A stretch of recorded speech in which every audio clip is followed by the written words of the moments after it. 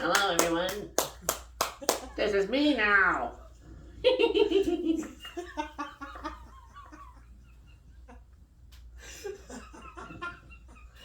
Okay. Now coming to the stage. That was fun. Miss Batty. Yes, this is Mr. Butt. Mr. Bat. Okay, so I'm dating a beautiful black woman from Brazil because I like my women the way I like my Arabica mix. Black, Brazilian, and a little bitter whenever I forget the sugar. The other day we were at a comedy show and she almost ruined this comedian's set because as soon as he went into a KaKaK joke, she just up and leaves. And the audience is upset. They're like, oh no, he offended her. He's too racist. But I'm laughing because I know in Brazil, they don't text ha ha ha. They text KaKaKa, which is also abbreviated as KKK. So they thought she was just pissed off about a racism. Like, nah, she was just waiting for the punchline. And then later I had to explain to her who the Ku Klux Klan was. And those are the few examples I went with. I was like, okay, all right, baby, listen. They really like dressing up like spooky ghosts. And then she's just like, oh, like Carnival? No. Not like Carnival. Then I told her they really like crosses. And she's like, oh, like church. No, again, not like church. I told her they're super heavy into bonfires. And she goes, oh, like Festa Junina. I'm like, oh, well, okay, actually a little bit, but mostly no. You see, Festa Junina is Brazil's hillbilly festival where they go full southern garb. They've got on plaid, straw hats, painted on freckles, and even have a priest that chases after a runaway bride. Pretty much, Brazil invented black redneck cosplay. And that's where I'm debating whether or not the joke should end there or go straight into the story. So, speaking of rednecks, I want to see the reaction a Klansman has if he were to stumble upon Festa Junina. I imagine it would go something like this.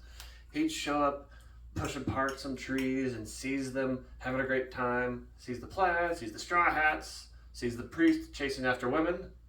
He feels right at home. And then a girl takes his hand, her face covered up by her hat, and they start to kiss. And he sniffs the air. What smells like cocoa butter? And he looks down, and it hits him. You're. She just looks up. Negro? And he freezes, freaking out. Hands full of soft skin. Hate melting. And he suddenly realizes good pussy is better than racism.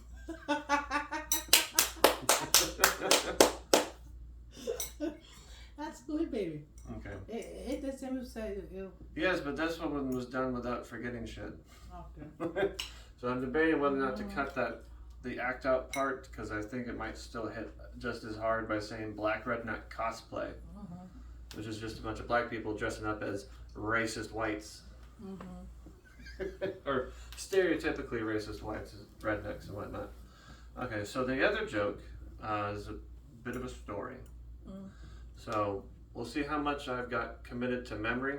I might have to skip some of the more fun tags, but we'll see what I got.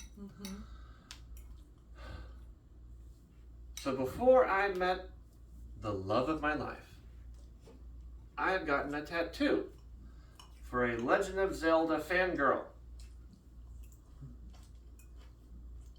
Alright, so I remembered the premise.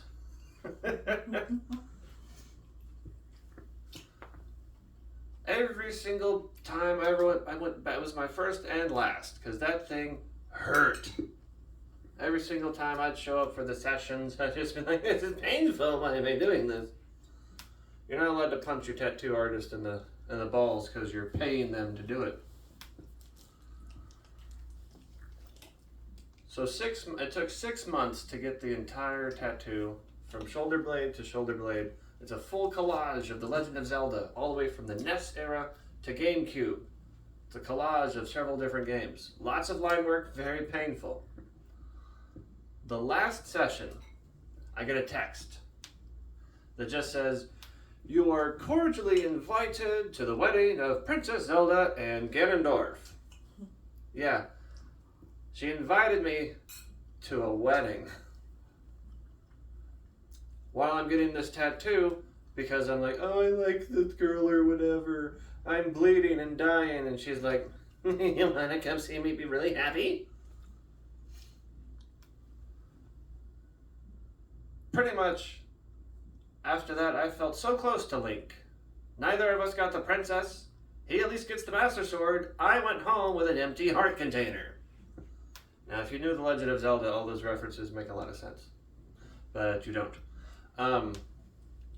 Yeah, fucking Josh would be laughing his ass off right now. He's like, you know. Yeah, it took 6 months to get all that nonsense going. What actually bothered me most about the story really wasn't why I got the tattoo, who I got it for. No. I found out because of this, me going along every adventure of Link, all grafted onto my back like Moses carving the stone tablets for God. I wasn't gonna say that. Riffing. Shit! Hey baby, how you doing? Hi, baby. I forgot.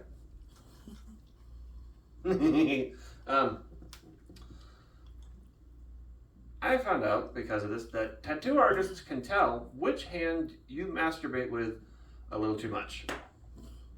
Because while I'm laying face down trying to get this memento grafted onto my spine, the two tattoo artists are hovering over me like NASA engineers trying to figure out how to dock my anus. Being like, all right, we got to make the left side bigger, the right side smaller, otherwise it's not going to look great in the future.